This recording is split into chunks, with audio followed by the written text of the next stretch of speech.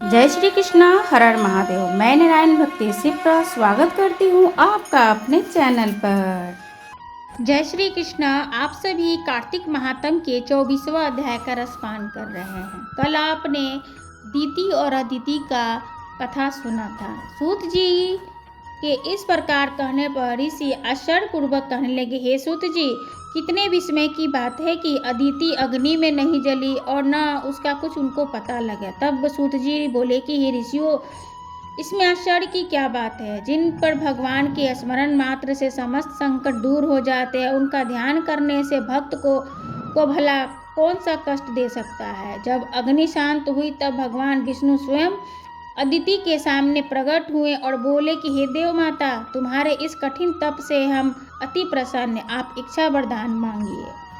तब भगवान विष्णु के अपने सामने देखकर साक्षात उपस्थित देखकर अदिति ने विनम्र भाव से भगवान की स्तुति करते हुए कहा, हे भगवान, हे नारायण, आपके स्मरण मात्र से समस्त क्लेश दूर हो जाते हैं और आपके चरण कमलों की सेवा कर भक्तजन परम ही सिद्धि को प्राप्त करते हैं। ऐसे भगवान को नमस्कार है।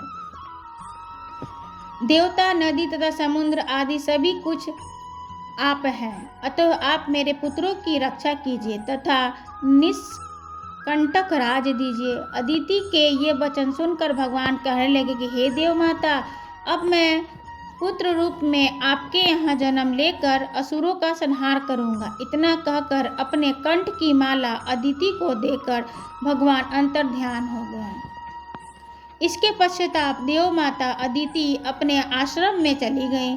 यथा समय अदिति ने हजारों सूर्यों के समान तेजस्वी कमल नयन, शंख चक्र गदा पद्म कमंडल तथा पीताम्बरधारी मुनियों द्वारा स्तुति किए जाने योग्य भक्तों के प्रिय और दुष्टों को संहार करता वामन भगवान को के रूप में प्राप्त किया। वामन भगवान को अपने आश्रम में देखकर कश्यप आदि ऋषियों ने भगवान की स्तुति की। तब वामन भगवान कश्यप जी से बोले कि पिताश्री, हम प्रसन्न हैं कि आपके समस्त मनोरथ पूर्ण हो।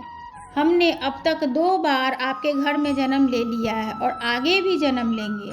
उधर राजा बलि ने दैत्य गुरु शुक्राचार्य की अध्यक्षता कर दी थी और बड़ा भारी यज्ञ का आरंभ भी किया, जिससे हवि ग्रहण करने के लिए उन्होंने लक्ष्मी जी सहित विष्णु भगवान का आह्वान किया। उसी समय भगवान वटुक ब्रह्मचारी के रूप में वहां पर उपस्थित हुए। भगवान ने बौने ब्रह्मचारी के रूप में होते हुए ऋषि लोग ज्ञान दृष्टि से उनको पहचान गए और उन्होंने देखकर दानव गुरु राक्षस के जो गुरु थे शुक्राचार्य जी से कहा कि ये बलि राजा की स्थिति से अवगत कराया। इति श्री 24वां अध्याय संपूर्ण हुआ। कल आप सभी 25वां अध्याय सुनिएगा, जिसमें कि दैत्य गुरु शुक्राचार्य ने राजा बलि को बौने ब्रह्मचारी के रूप में भगवान के आगे आने का कारण बतलाते हुए कहा और किस तरीके से उनका धर्म भ्रष्ट करने की कोशिश की। जय श्री कृष्ण, राधे राधे।